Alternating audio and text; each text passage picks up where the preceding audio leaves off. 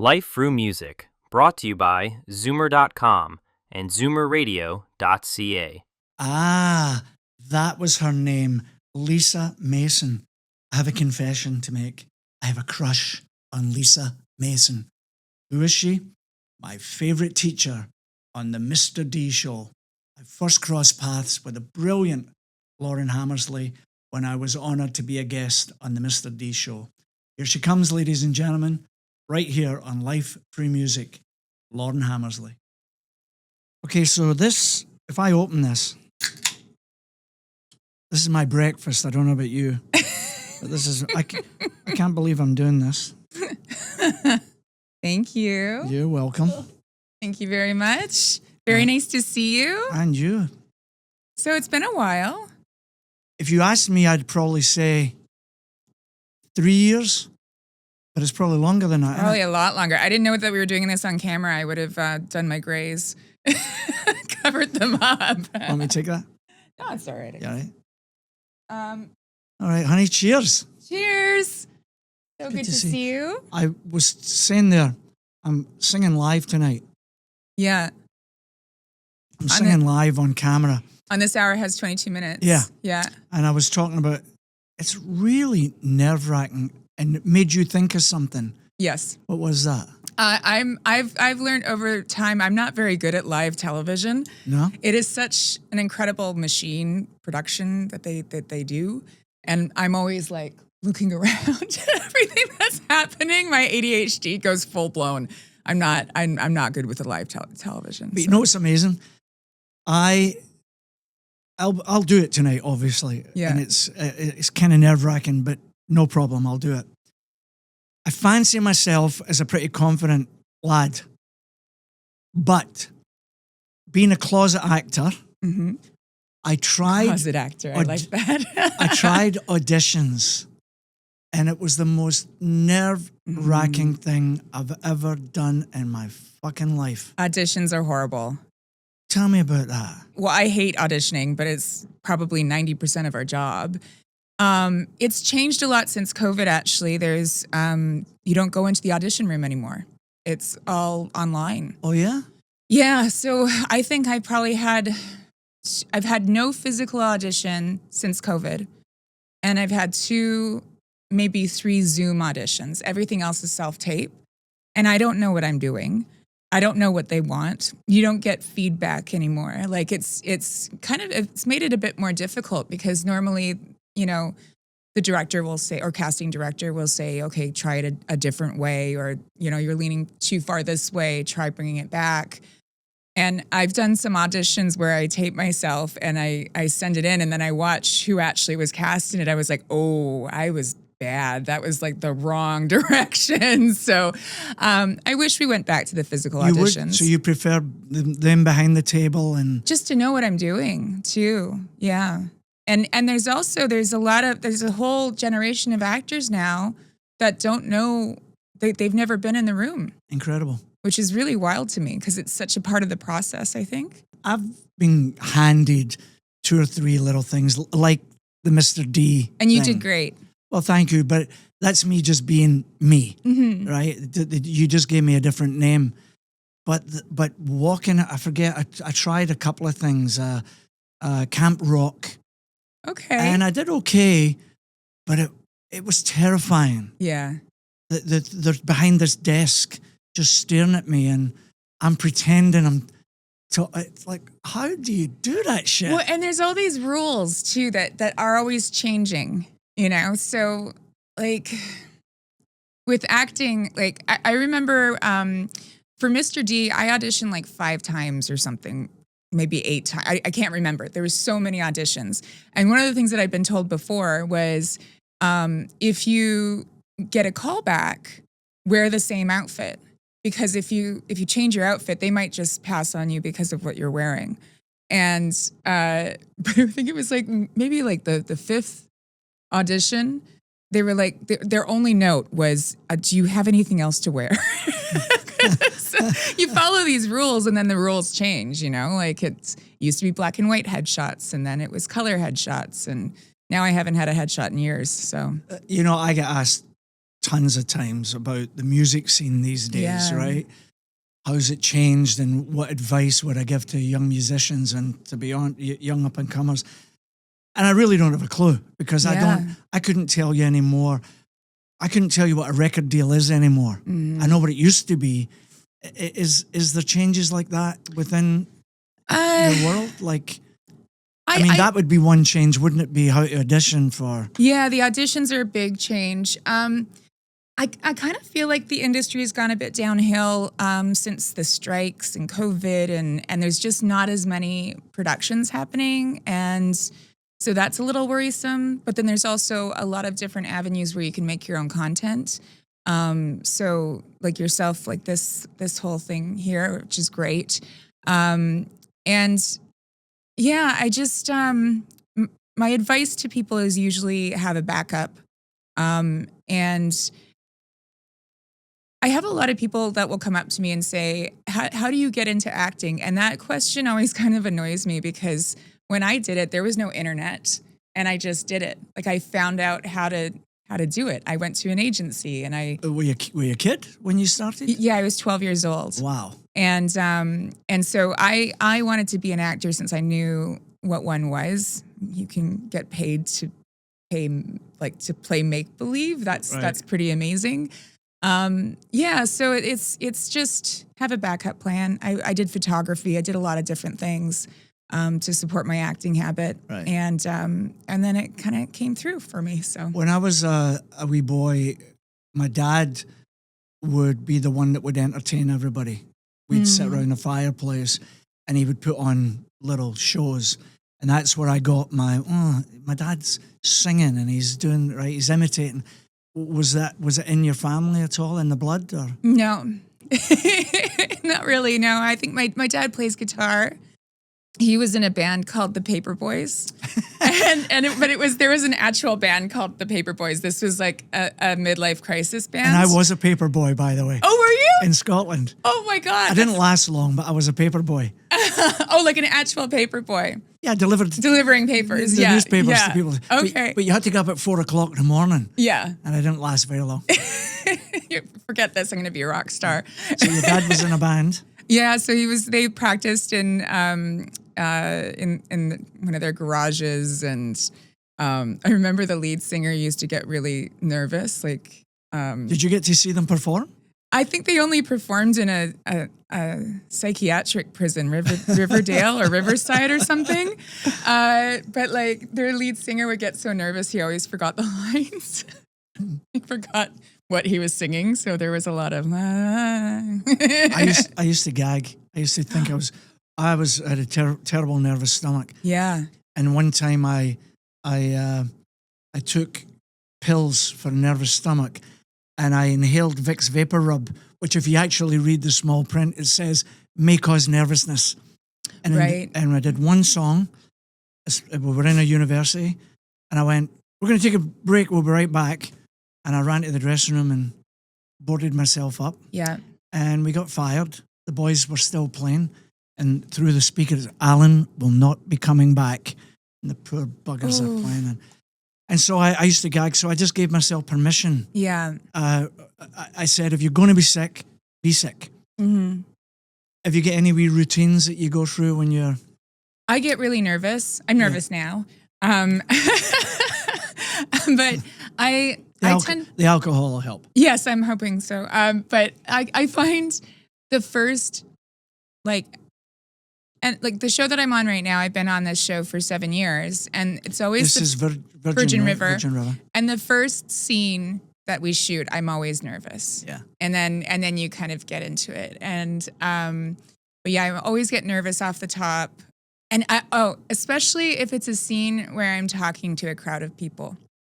I'm having inner turmoil, meltdown, yeah, definitely have some performance anxiety, and I would love to get back into stand-up comedy, but I'm terrified of the crowd. You were a stand-up comedian? I was for a few years, yeah.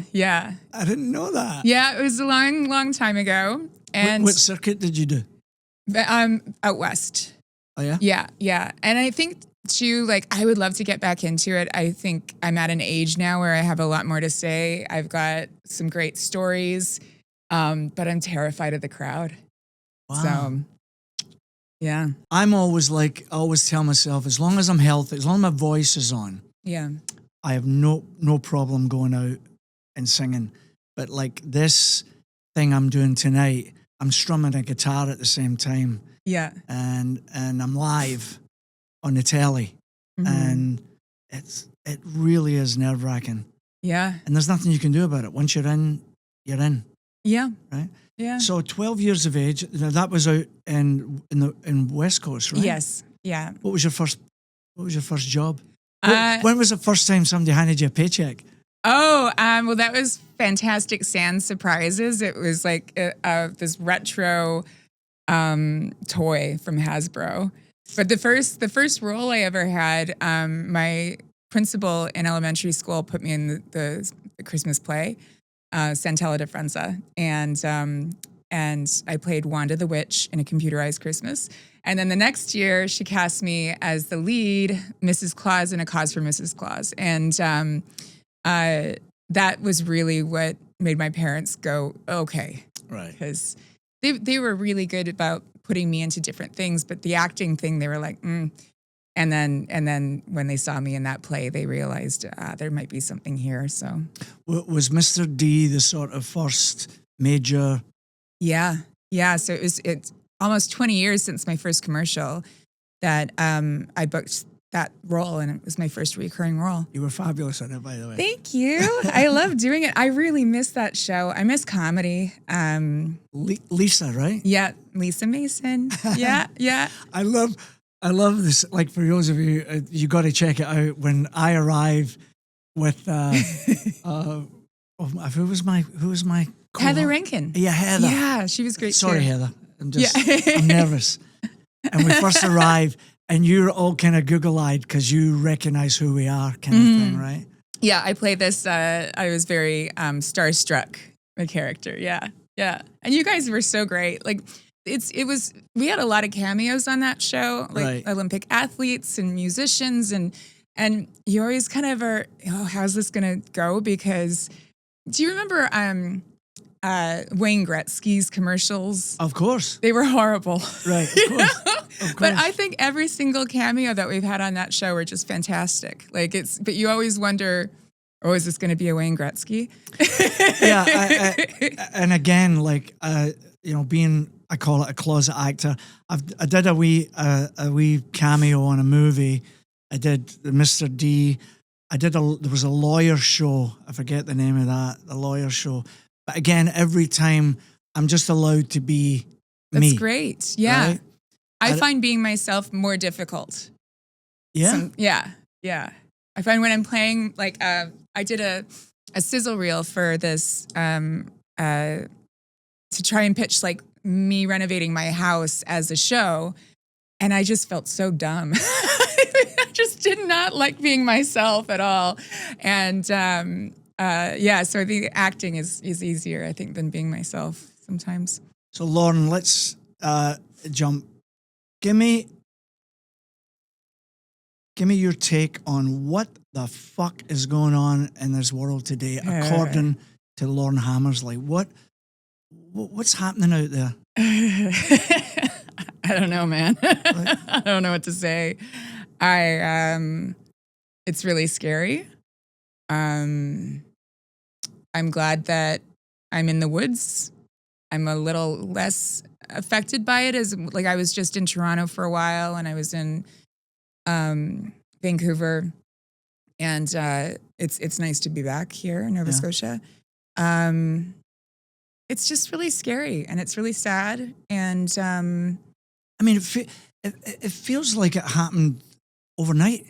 yeah, Like Glass Tiger played in Vegas, and it was lovely. I mean, we went across the border like always, and America's always been a wee bit tough crossing the border. Yeah. Just they look at you kind of like, they try to intimidate you. I've found that for years. Mm-hmm. But we went over the border. We went down to Vegas.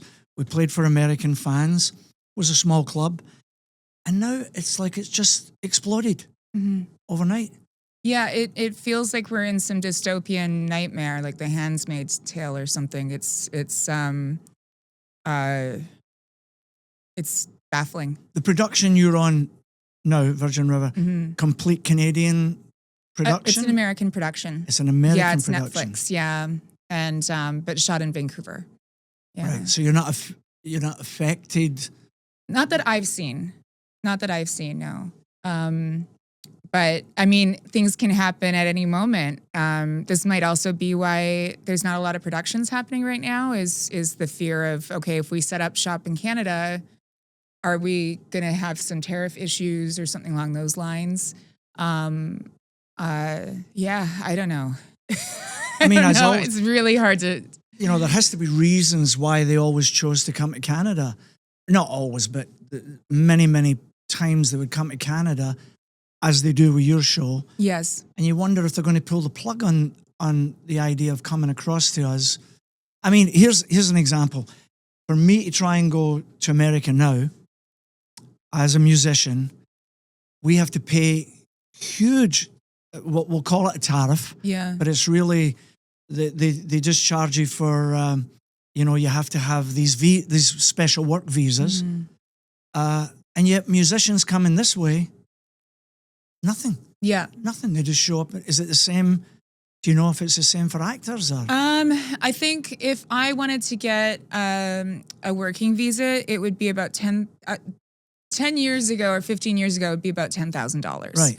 So who knows now, but I wouldn't even try it. I've never done it before, but I wouldn't try it now just for the fear of, if I have one thing wrong with my application, am I going to get sent to some prison? Like, it's crazy. I heard a story that apparently they ask you right at the border, what do you think of our president?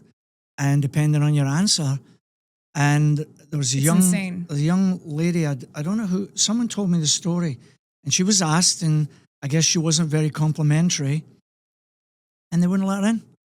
And she's got some kind of ban going on. He's sending people to effectively concentration camps, like in where was that?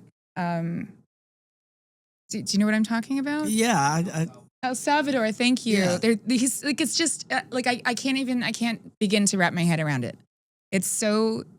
And I think too, there's just this underlying feeling of stress. Like it just feels like a really big threat south of the border. And also, I love American people. Like it's Absolutely. just their leader is kind of a bit pathetic, but just he's kind of a weak, pathetic person with a lot of power.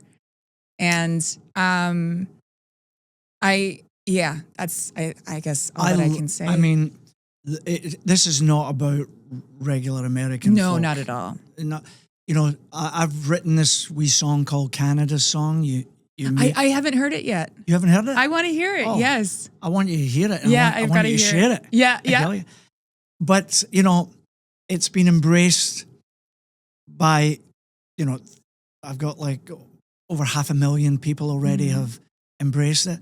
But a ton of Americans have embraced it. That's great. And they've just sort of said, Alan, we want you to know that this isn't about us. Yeah. I love going down to the States. Yeah. I spent so much time in Los Angeles. It's dystopian, as you said. It's like, it's upside down. Mm-hmm. I can't figure it out. We're on the verge of an election. Yes. Here? I'm not going to ask you who you're going with, but do you feel that this election's a little more on the edge? A little bit more important. Yeah. But I'm the same. Yeah. I'm on the fence. Mm-hmm. And, but again, we're so affected by what happens. I grew up in Scotland and we were very affected by went on in England. Yes. England was the big brother.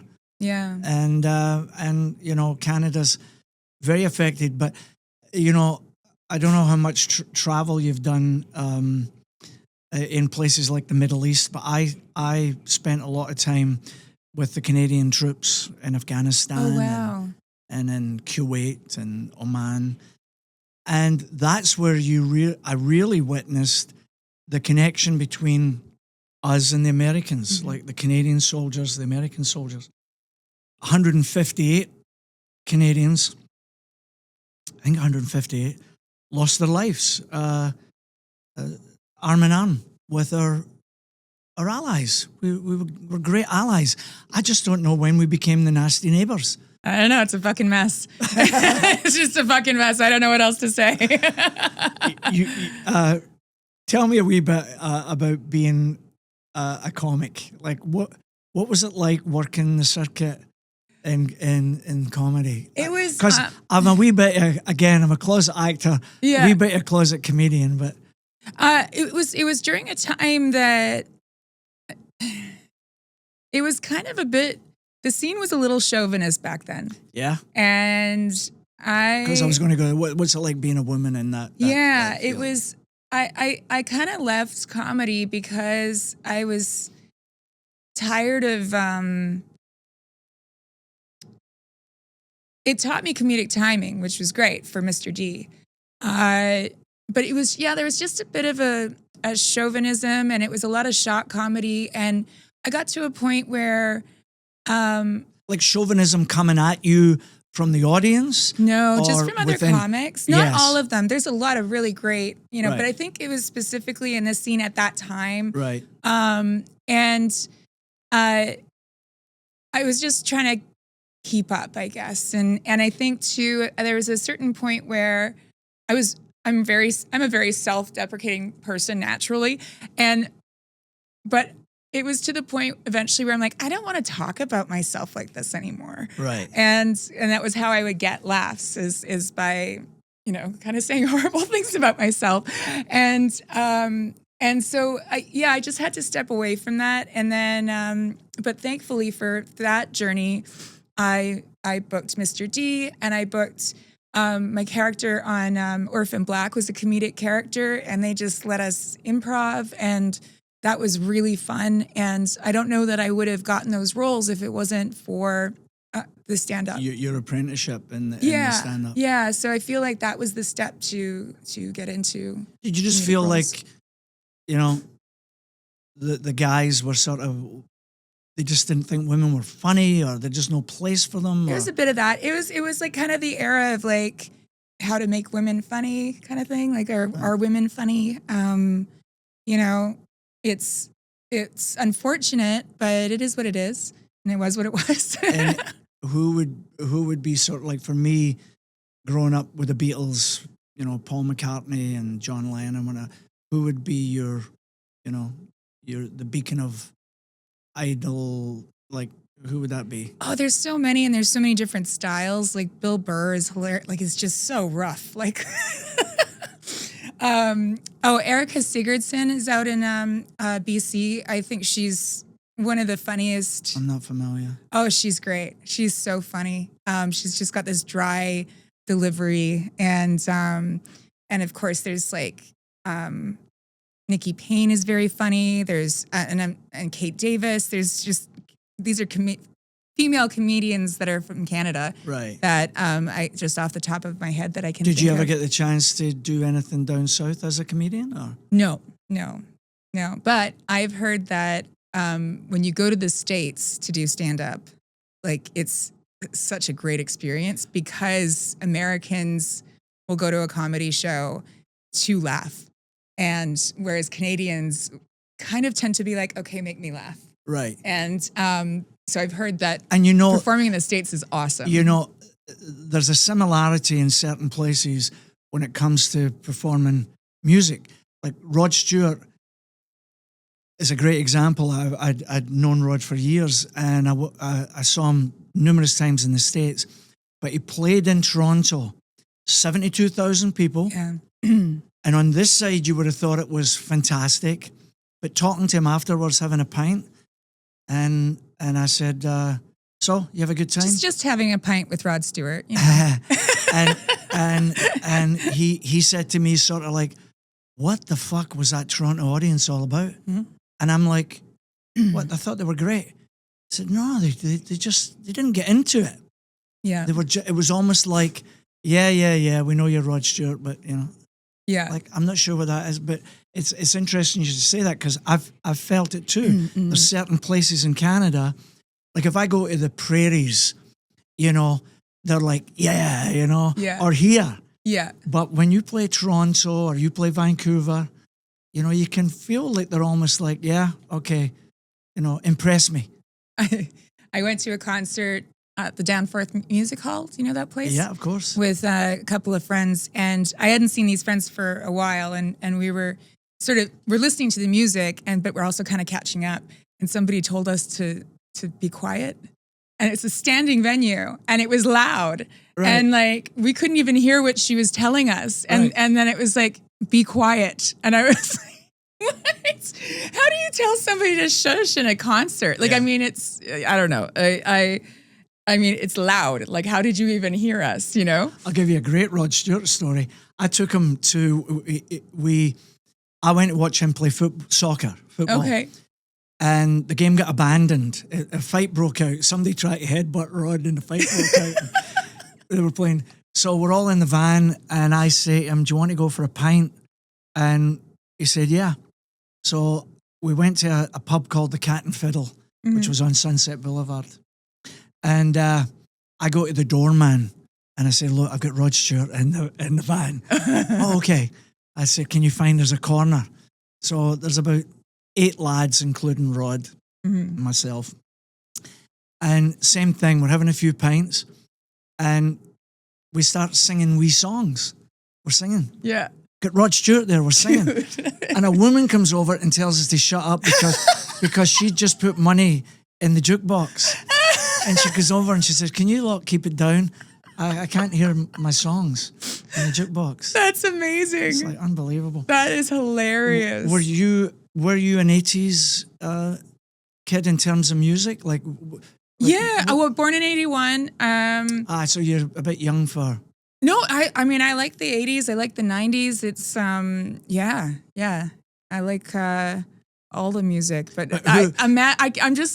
sorry. I'm still digesting that somebody told Rod Stewart yourself and Rod Stewart to stop singing. Oh, like she was getting a free concert. oh yeah. In my head, I'd like to imagine that she was playing Rod Stewart songs on the jukebox. Yeah, really. Can you imagine? Well, I sang karaoke one time in a pub, and a woman told me I wasn't as good as the guy in Glass Tiger. I was singing. We did it for a laugh. I was singing that's Someday, hilarious. and a woman said, "You're okay." Yeah. Before we finish this, maybe when we get a wee bit, I have an amazing Rod Stewart story I could tell you. Are you guys really good friends? We were for the longest time. Yeah. I haven't seen him in years. Mm-hmm. And Big Rod is 81 now. Wow. 82, 81 or 82. 80s weren't what they used to be, though. Like, I mean, one of my best friends is 85. Yeah? And she'll run circles around me. Like, yeah. I hope I go in that direction. Yeah. So, but tell me, so when you get to about 9, 10, 11, 12, who were the bands? Like, what they would be in the early 2000s? Salt and Pepper. Ah. Yeah, Salt and Pepper, I love them. Oh, gosh. Then Sheryl Crow. What else? Have you got a wide taste now? Like my daughter's 21. Yeah. And she'll listen to anything from Edith Piaf and Frank Sinatra to, anything but her dad. Yeah.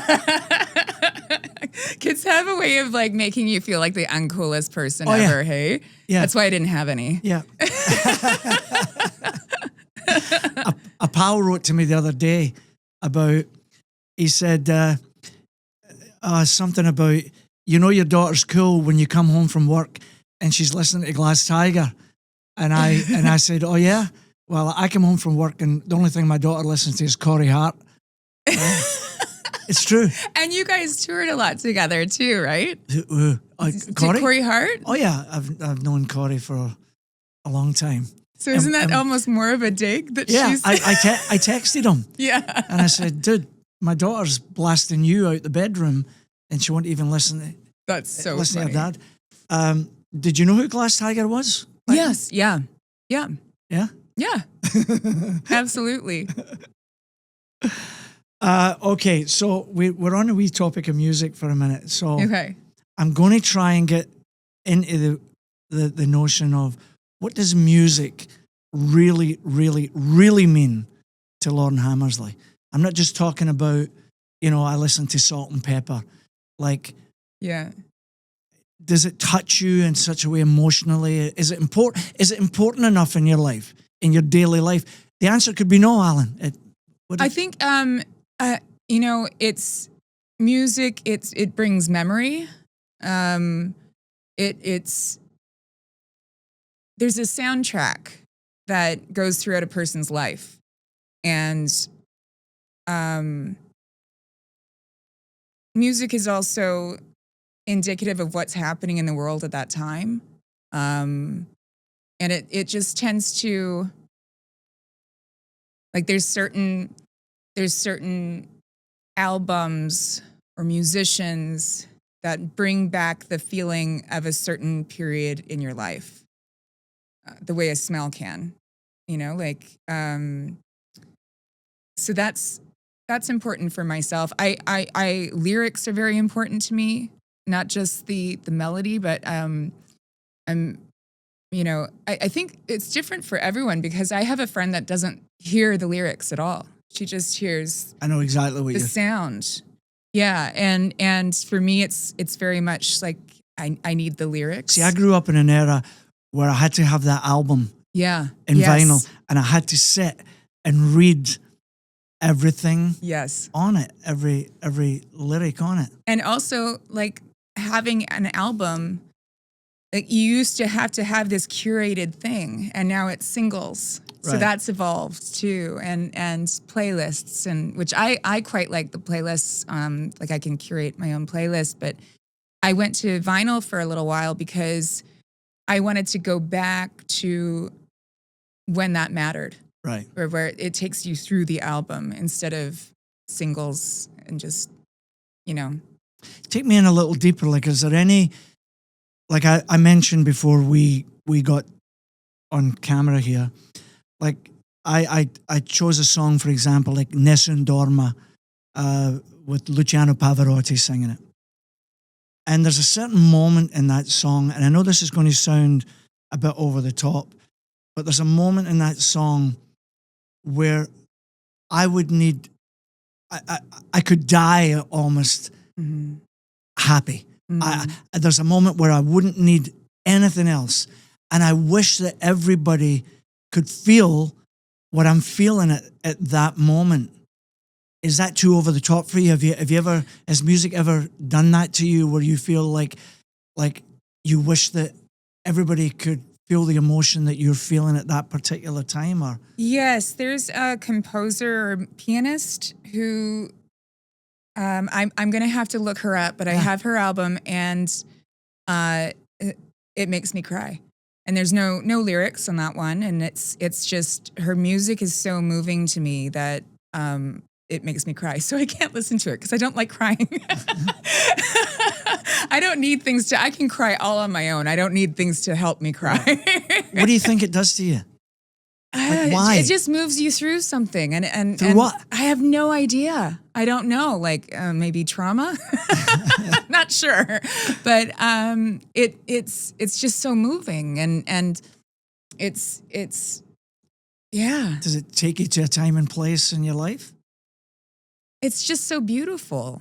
There's only certain moments in my life, where it just will transport me. Yes. And, now I grew up in a wee bit of a musical environment. Mm-hmm. When my dad and my uncles, you had to sing. My dad would look at you and go, sing, or show your thing. I swear to you. And I could get your dad arrested every these days. every Friday, Saturday was a wee impromptu party. Mm-hmm. With your dad, obviously, was it a musical household? And No, it wasn't a very musical. Like Dad loves playing the guitar, but it wasn't necessarily a musical household. But my dad did have a great appreciation for music, so we always had music in the house. Definitely. what about Like Steely live Dan music and Steely? Yeah. Steely Dan. Did you know that they named their band off of a dildo? No, Yeah, Steely Dan is like It's a dildo.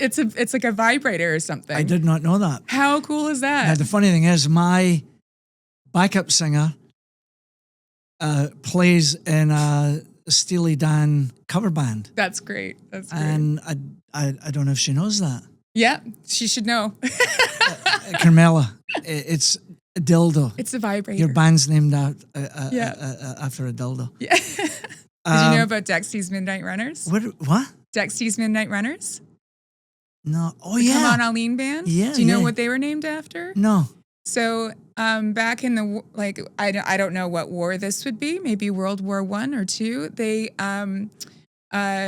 They used to give the pilots, because they'd have to go at midnight, they gave the pilots Dexedrine.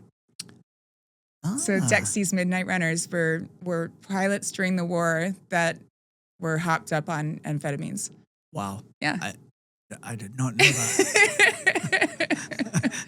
So between dildos and drugs on planes, yeah.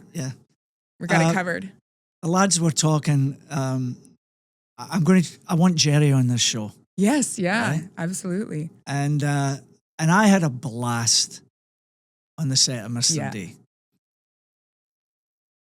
Take us down memory lane. Was it one of your favorite things to do ever, or what? It was so fun. Was it fun to work on it? It was so fun, and I don't think, because that was my first series, I don't think I realized how good we had it. Like, I don't think I realized what a wonderful show that was to work on. It was like summer camp. Every summer, we'd all come out here, and the casts were all really close and tight. It was just Where did you audition, in Toronto? Toronto. Yeah. And it was just so fun. And as it should be, you know? And I just got to meet just so many great people. Like everyone on that show is awesome. And you know, you go to other shows that, especially with drama, you don't have that same sort of spirit, I guess, you know, and I kind of thought maybe every show's like this, and they're not. Right. So, which is fine. He's a funny bastard. He is. He's a funny funny guy. bastard. Jerry, you're a funny bastard. Right. Although you support the wrong team. Which team? He supports a What's team. he betting for? Well, he supports a team. I'm looking at a camera right now. He supports a team called Glasgow Celtic. Oh. And I support a team called Glasgow Rangers. Oof. And it's Messy. It's very messy. Yeah. But his team's doing really well right now. I think you could take him, though. Like, I think if it came down to blows, who knows? I don't know. It might be a pretty even fight. I'd pay to see that. I tell you, I love the scene where he's throwing out words to the kids. And it's the one where the wee girl said, it's like, am I a lesbian? Oh, God. Does that mean, do you remember that scene? Yes. Yeah, it's like he's doing the word, what ends in R-E, and crack whore. And then there was prostitution. Yeah. I mean, did Jerry write the scripts or? Well, we had a whole writing team, and Jerry also was one of the writers. But there's, you know, a whole team of writers. Jerry would often, Jerry, like, when he would get to set and everything was set up and all that kind of stuff, I hope he doesn't get offended by me saying this. I don't think Jerry was a writer's room writer. Jerry would come to set and rewrite it in the moment. Right. And it was always funnier. Like it was great. It was just the way that his brain worked for writing. The comedic sensibility of he had to be in that thing. And so yeah, he definitely was the main guy. But you know, it threw some people off to start. I thought he was trying to write me off the show for the first 2 years. But then once you realize how he operates, and then everyone kind of goes into that, just knowing that's how this show goes. Who was the great actress that I got to work with? Which one? The one that we meet in the hallway. She was part of the band. Like, we screw her over. Trudy. Yes, Bette McDonald. Yes. Bette McDonald is amazing. Wonderful. And she lives here. Oh, she does? She lives in Nova Scotia. She is, I just love her. I miss her so much. Yeah, it was like a family. Guys, I could tell you were like family. Yeah. She plays a part. She was in our band, and we screwed her over. Yeah. And then we screw her over again. Yeah. Yeah. And she's watching, there's a great scene at the end where she's watching the TV and she's just cursing us. Yeah. Motherfuckers. And she's very musical, as well as Jonathan Torrens. Yeah. They're both very musical people. They would often just sort of belt out into song between scenes. Tell me a little bit about Virgin River. Virgin River, it's the longest running drama on Netflix, and it's, I think, the most popular show on Netflix. It's very popular. I mostly watch horror movies and crime shows, so I'm not like it's funny. I'm like on this drama, this huge drama, and people love it, and I'm like, yeah, but why? There's no gore. Nobody's running for their lives. Nobody's getting slaughtered. But no, it's just, I think it's a very sweet show. There's no COVID, there's no Trump, there's like none of that stuff exists. It's a small town soap opera. Right. And I basically live in that small town, except there's no single hot men or any doctors where I live. So it's just, but it's a really beautiful show, and yeah, people love it. You said you like to watch. I love horror movies. Do you? Love them. What's your favorite? Well, my favorite probably right up there would be The Shining. Oh yeah, with Jack. Yeah, a classic. That's but so I was good. going to. Have you seen The Substance?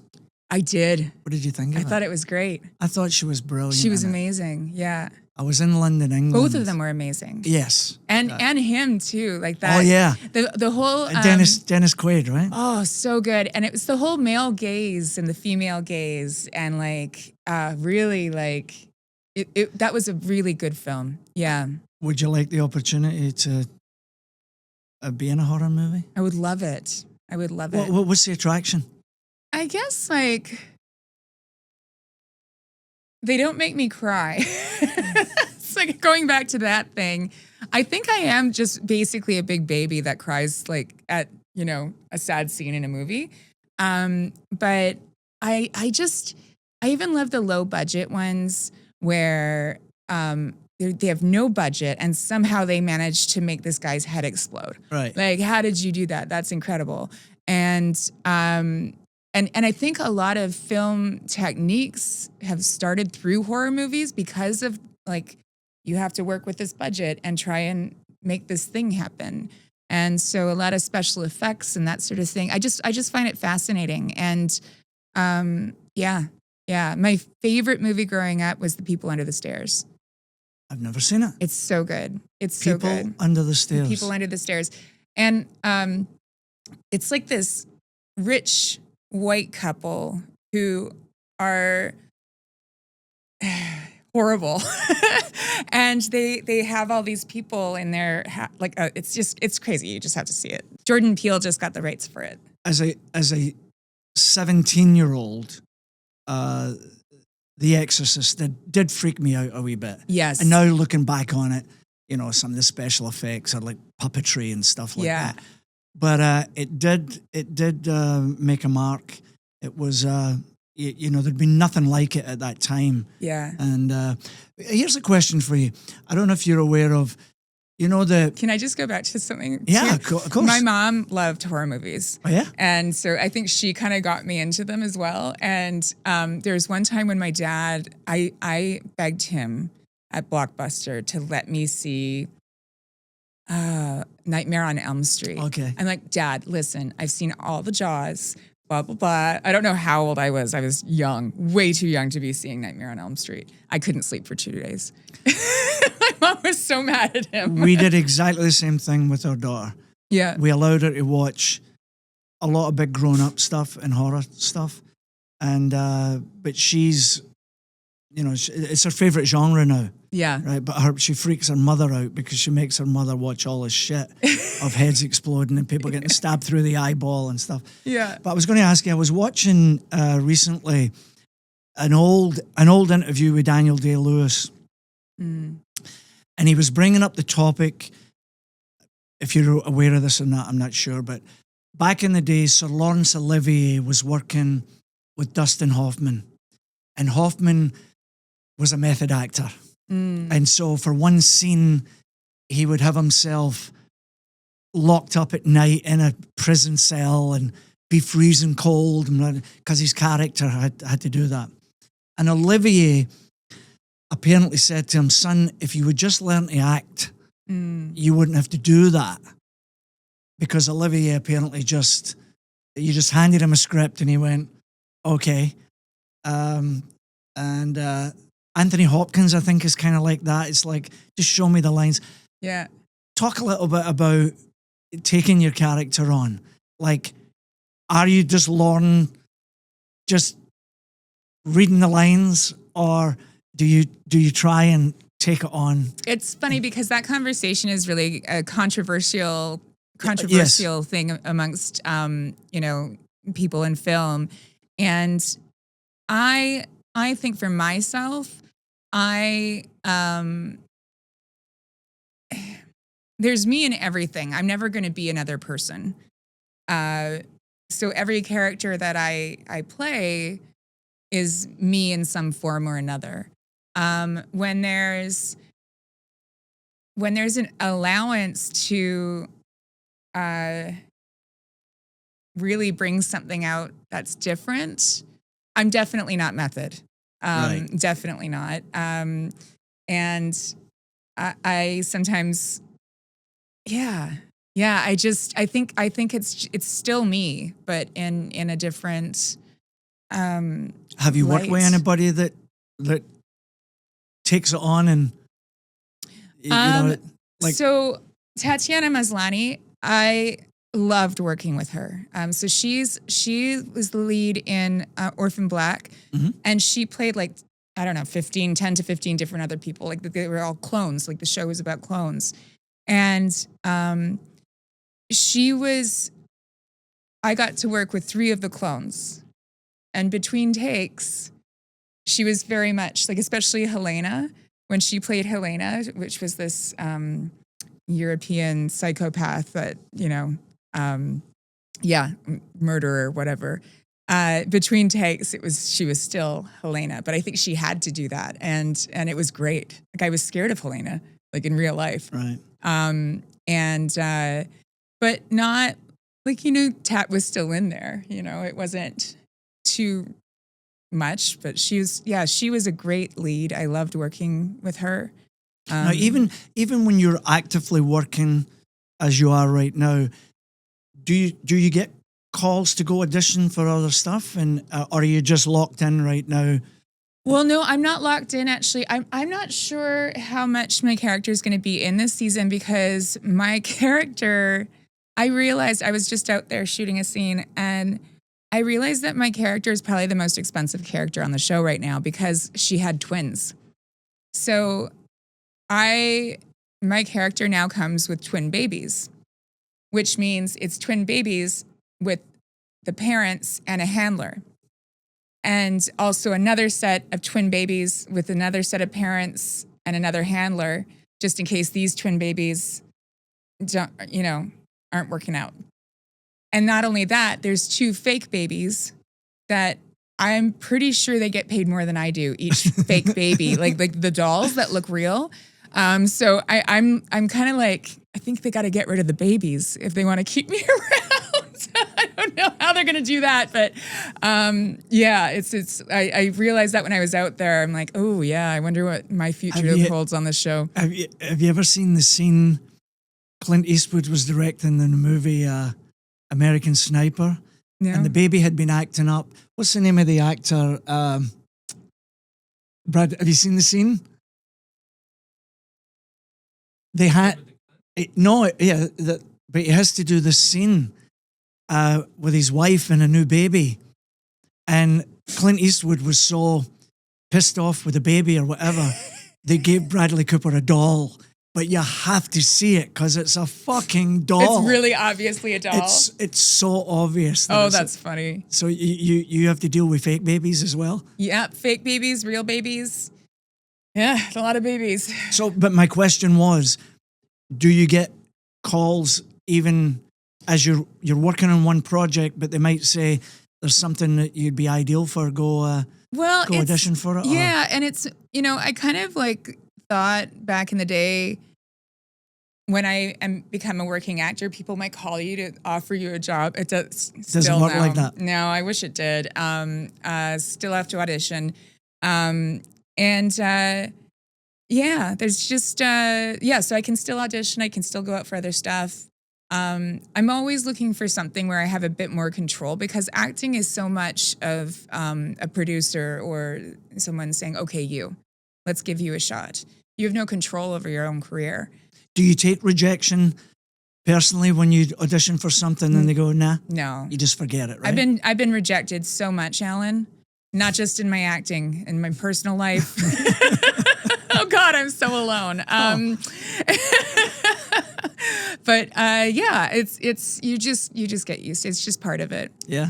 I don't like usually tell people that I have an audition or anything like that, because if they ask afterwards, so how did that audition go? I'm like, I don't know. You don't hear if you don't get it. Once the scene is captured and the director's happy, mm-hmm. do you watch yourself? Like, I've done some videos and a bit of work on camera. Yeah. And I watch out with these guys. I don't know if I'll watch these back. Yeah. Right? Do you watch yourself back, or do you let it go? Oh, like on set? Like, no, maybe like, will you watch an episode of Virgin River to see yourself and how you did? Or does it make you cringe a little bit? I cringe pretty hard at myself. Unless there's a scene that I'm proud of. My speaking voice drives me crazy, so I don't like to watch it back. Sorry, I cut you off. Oh, that's okay. Continue. Yeah. So you everyone hates their own speaking voice. Yeah? Yeah. So continue what you were saying about watching yourself back. No, it's just so cringy. Yeah. And unless it's a scene that I'm really proud of, like if I really felt like I did good, I tend to sort of stay away. It's probably also why I can't watch the show, because I'm afraid that my face is going to turn up. But I mean, I only got to see you in Mr. D, but you were fabulous. I've watched you. a ton of episodes. It was just, I mean, you were just so suited for that part. Thank you. Yeah. Right? Yeah. And she evolves so much. So I'm only aware of what you did. Walk me through, because I know a little bit about it. She started out just as a regular school teacher, right? And then you evolve into, talk about it. I think what happened, I don't think that they knew what to do with Lisa. Yeah. And I when I started, I feel like Lisa's character was more like approaching Jerry. What are you doing next in the storyline, Jerry? And then Jerry would be like, "Ugh, go away, Lisa." And then we'd part ways. Like, that was kind of my character. And then at one point, Mike Volpe came up to me. Mike Volpe was our amazing producer and part creator of the show. He came up to me one day and he's like, "Can you play drunk?" I was like, "Can I?" Yeah. Whoa, absolutely. And then, Then we shot that scene where I was drunk and then I rose to the occasion. And then they keep giving me challenges, I felt like, over the years, and I kept rising to the occasion. And then they just kept, she just kept changing. She went from teacher to principal to I thought I was going to say that. I was scared to admit. Yeah, she got fired and then married a dad to become the PTA president and just fuck with everybody and make their lives miserable. And then she humbly went back to being a guidance counselor. It was just all over the place. It was really fun. It was so fun. Women in movies and in television, does it become tougher as we get older? And, I hear stories like they'll say so-and-so can't get cast anymore because she's 60 or whatever. Yeah, did you see the poster for Dune? No. They were all healthily aged people. And I do feel like that ageism, I think if anything, Botox and fillers and these crazy ass facelifts, like I've had a few pokes, not gonna lie, but I'm not trying to stop the aging process. It's because I don't like the way that my gums show when I smiled or the way my face moves or whatever. So, but I think that people who are like, I don't know if you've seen Lindsay Lohan's face lately. Not lately. Oof. She's looks great, but as an actress, if you're going to be 60 and there's a role for a 60-year-old and you look like you're 20, right? I'm probably going to get the role if I try and look 60. Like right. It's not, I don't see the benefit into, my friend Jane Alexander, my 85-year-old girlfriend, she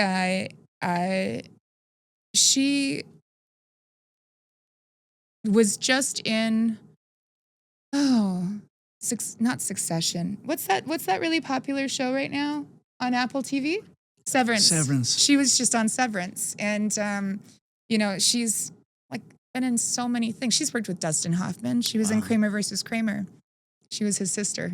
Wow. Yeah. So, and she lives in my little tiny town. You're I don't know if the word is isolationist. You live out in the boonies, right? I do, yeah. And your hands, I remember when you and I stayed in touch a little bit, you were kind of building shit and working and, right? You enjoy that? Yeah, I bought a house a year before COVID in like the middle of nowhere. And then COVID happened and I was thinking I maybe a cabin or maybe I didn't know what I was going to do with it. And then COVID hit and I was like, I guess I live here now. And so I never actually intended to be there full time for as long as I have been. And I certainly didn't think that I would be living alone for as long as I have been in the middle of nowhere. But I have it's the smallest town I've ever lived near. And I have the most friends I've ever had. It's just this beautiful community with really wonderful people in it. And I'm trying to kind of go back to the city, but I don't know how anymore. When I went back to Toronto, this is so funny. I went back to Toronto and I was like, like a little bit of culture shock. I was that annoying person at the supermarket that their cart is always in the middle of the aisle. I'm like driving too slow. I'm pissing everybody off. Oh yeah, they get pissed off. And I love Toronto. Toronto's actually a very friendly city, but not if you're annoying like I was being. Like I would say hello to strangers because that's what I do in my town. And I would either terrify people or the ones that would respond positively to it were people that I shouldn't be talking to. Because it's like, who says hi to strangers in a city? You've lived out in the East Coast for quite a few years now, right? Yeah, it's been 7 years. I'm not really sure. See, I love coming here because obviously it reminds me a wee bit of the old country, right? I was just in Scotland a year ago. Oh, where did you go? I went to Glasgow, and then my friend Kari Corbett, she drove me over to Edinburgh. And then I took my plane from there. There's a famous saying that there's more fun at a Glasgow funeral than there is at an Edinburgh wedding. They're very know? different. I really like Glasgow. You liked it? I loved Glasgow. There's all these little pubs. Would you take it over Edinburgh or? I mean, I didn't spend enough time in either place to make that choice. But what I liked about, there was a bit of a grunge about Glasgow. Of course. And it was, they had all these little pubs by the train station, and they all had the worst karaoke I've ever heard. Right. But it was so great. Right. And I liked the vibe a lot. And was that your first time? Yeah. And I'm Scottish and English, but Okay. my mom's side is How McLennan. did you decipher the Glaswegian accent, and when they talk really fast, could you understand them? Or? Yeah, mostly. Yeah? Yeah, I think so. Did you know, have you ever been to the Owl Sanctuary? No. It's in between Glasgow and Edinburgh, and it's got the largest collection of owls, I think, in the world. Like she'd never heard of it either, but it was a really neat experience. And you went there? Yeah, it was really cool. Did you go to Edinburgh Castle? I think so. They had it was really crazy because I got there there was the Pride Parade and there was the Celtic Games. Okay. And so I couldn't find a hotel room. It was so expensive. Wow. But I figured it out. But it was, I think the castle, I have a photo of it. They had like Edinburgh Castle, right? They had a windsock man in front of it. I just thought it was such a dichotomy. This got brought up because I talked about the similarities here in the East Coast and Newfoundland and whatnot.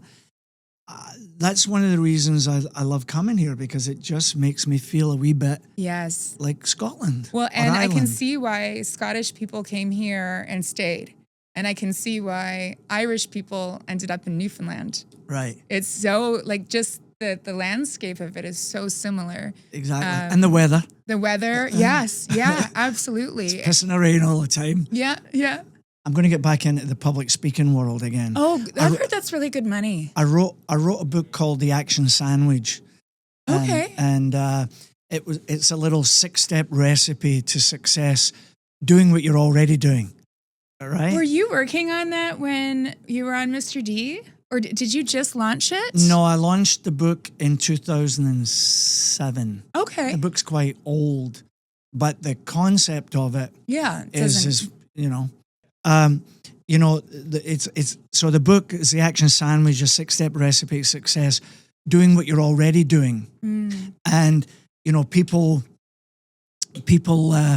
sometimes challenged me, and they would say, okay, so if you're sitting on the couch and you're overweight and you're flicking the channels and you're just making your way to the fridge and your credit card's maxed out, how can you tell me that you can be successful doing what you're already doing? Mm-hmm. And I say to them, well, the point you're missing is that you are already successful. You're the world's greatest fucking couch potato. Yeah. Right? And so the point being that if you take what you've been given in this world, all the gifts that we're all given, all the things, and you apply it that way, then congratulations, you're a success at what you're doing. Yeah. Because people always sort of equate success with, big houses and fast cars and more money than anybody needs. There's success on your own terms. Can you relate to that idea? Like, can you relate to the idea of, your wee house, you took it on yourself. Yes. And I guess you've renovated it, basically. Yes, I have. Yeah. Right? Yeah. Success on your own. That was a success. Well, and what's interesting too is it's not until I see it through somebody else's eyes or I don't know how well or how far I've gone with it until someone who's seen it at its infancy sees it again, or I look at old photos and see how far I've come with it. And also people lack taking risks, I find. The risk adverse, you're not gonna, like, it's kind of, if you play it safe, you're not gonna know. Exactly. Mm-hmm.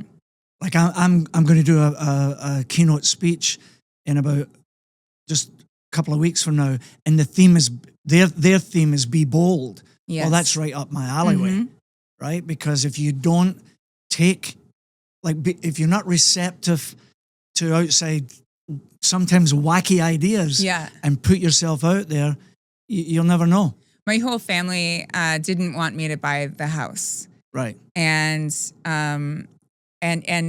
the more that they were like, don't buy the house, I'd be like, why not? I'm going to buy the house. Right. But it's going to be a money pit. I'm like, yeah, probably. Might be a teardown. It might be. I'm still buying the fucking house. And I mean, I bought it for $169,000. Wow. And I put a lot of money into it, right? Because it was a money pit. But they once my mom came to see it, she got it. She was like, "Oh, okay, I see why you wanted to, And she loves it here. So my parents love it here. I was accepting my first Juno Award, and I saw the old clip. Yeah. And there's a moment where I say, my mother still tells me to get a real job. My mother couldn't figure out that you could actually sing and someone would pay you to go do that. My parents are very supportive. They've always been supportive. I think what's so nice now is they don't have to be scared for me. It's a lot of years touch and go, a lot of years of, just being a terrible waitress and ruining people's evenings. And just them being concerned that, what am I going to make of myself?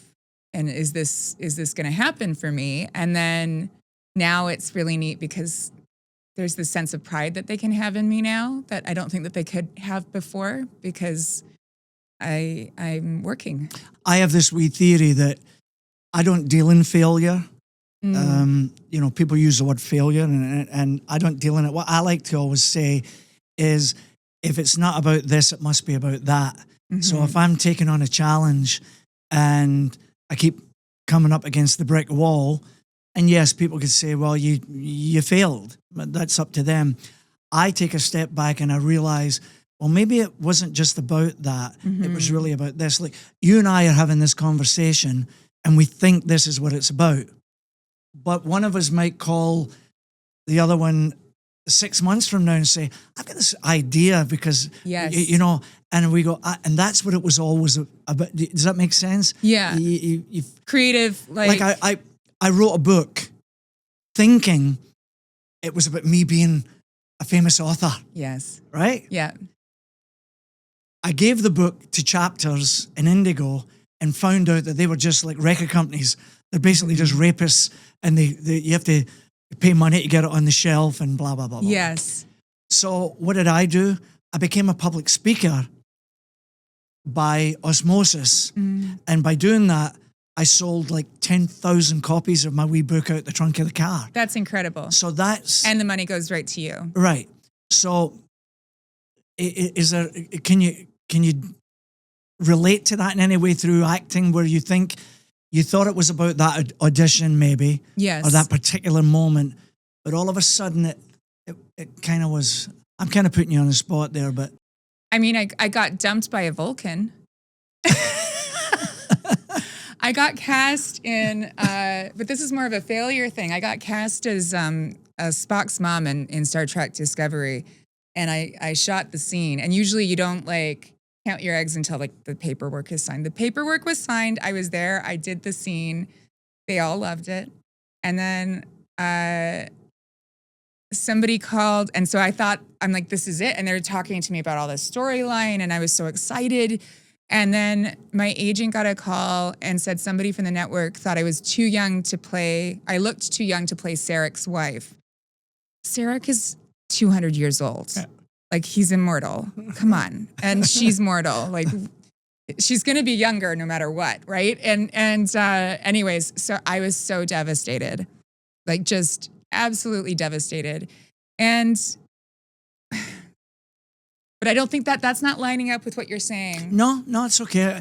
I've Just by what I said, we got a great Star I've Trek got one story though. out of you. I've got one. When Mr. D ended, I thought, okay, my career's over because like I think that every job that has hired me, they've hired me by accident, and like, you know, somebody's gonna probably, I don't know. Anyways, I always think that my last job is gonna be my last job, and so I figured after Mr. D, I'm just going to cash in my chips. I'm going to shave my head and get a tattoo on my face if I want to. And I was going to put in an offer at a bed and breakfast. It was 5 bedrooms, 6 bathrooms in St. John's, Newfoundland. And I could sell my condo in Toronto and buy that outright, right? So that was the plan. I called my realtor out there and he couldn't find the listing. It was gone. And then I got a call from my agent, who they never call on a weekend. And I had booked the role for Virgin River, which I had sent in the audition a month before. Right. And so there's a lot of things I find when I'm wanting to maybe just say, okay, maybe acting's done with me. I'm going to go do something else. Acting kind of brings me back in. And in a kind of convoluted way, that's still, if it's not about this, yeah, it must be about that. Life will just, like I believe in taking risks. I believe in pursuing dreams, but also sometimes life just has a plan for you in a certain way, and you've got to go with the flow and ride it. I find that creative souls have great curiosity, right? And you need that level of curiosity to, you know, to dig in, to go, to push yourself for the next thing and the next thing. Yeah. My wee Star Trek story, I got to sit in the captain's chair on the Enterprise. Oh, no way. The original? Yeah, it was... Star Trek Enterprise. Yeah, so Gene Roddenberry was still running the show, and our bass player called Paramount and got put through, and Gene Roddenberry was a delight. Aww. And spoke to him. And so Glass Tiger got an invite onto the Enterprise. I got my photo taken in the captain's chair. And then the one with Picard and stuff had started by then. And Wayne Next and I Generation. were offered the chance to be Ferengi, you know, in the background. Yeah. But we had to go to Holland and do a show, and we didn't get to be on Star Trek. But there you go, Star Trek or Star Wars. You got to choose one. I'm still a little butthurt by getting dumped by a Vulcan, but I'm definitely Star Trek. I'm a yeah. Trekkie. I never really got into the Star Wars. Okay, final question. What does music really, really, really mean to Lauren Hammersley? And I mean, what is it? Forget everybody else. If you can close your eyes even for a minute and just try and take me to what it means to you personally. What does it mean in your life? Well, imagine a world without it. Well, tell me what that would be like. Without music, it would just not be a place worth being, I don't think. Like it's something that, like it brings, I think people have a soundtrack in their lives, and I have a soundtrack in my life. And it can take you back to a certain place and time. And it's incredibly important. And it's the only art that you can't really get away from. Every restaurant you go into, every radio station is going to have music. Like it's sort of, and it's. Do you believe in the concept that it's an international language, that no matter where you are, when you are, that people can communicate through it? Yeah, Through the art of music? Absolutely, yeah. Like, I love Tyler Childers. Do you know him? No, tell me about it. Incredible lyricist. Just so. Sorry to interrupt, but lyrics really mean a lot to you, don't they? Lyrics are really important to me. Yeah, it can drive me crazy if it's just got flat nothing lyrics, then I'll go nuts. And then my friend Carla, she's like, I didn't even hear the lyrics. Right. But you know, Tyler Childers, there was a band a long time ago, Neva Denova, And then their lead singer did a solo album. That's great too. Jake Bellows. And to be honest, okay, so a friend of mine was borrowing my car and I had an iPod like attached to it. And she's like, "What is wrong with your music?" Like, what is this playlist? Music to kill yourself to? And so I don't know if my music is for everyone, obviously not for her. But yeah, I like some moody. I tend to, it balances me. I tend to listen to sad music when I'm happy and happy music when I'm sad. Right. If I find it can change my mood. And Tyler Childers, he's got some great lyrics. He's got this one line in this song, Charleston Girl. And I don't know if it's the wine or the Coke that makes her talk like her jaw's broke. Stuff like that. Like just, yeah. I love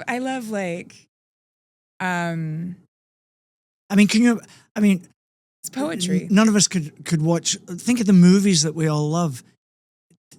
Take the music out of it. No, yeah. What are you left with? And also, if the music is inappropriately placed, you can't watch the movie. The movie is ruined. Right. Like I've seen movies before where the soundtrack is just a little too much and you just can't watch it. We're living in life's movie and our day-to-day lives, and if you take music out of it, what do you got left? Podcasts. There you go. I love that. Lauren, that was wonderful.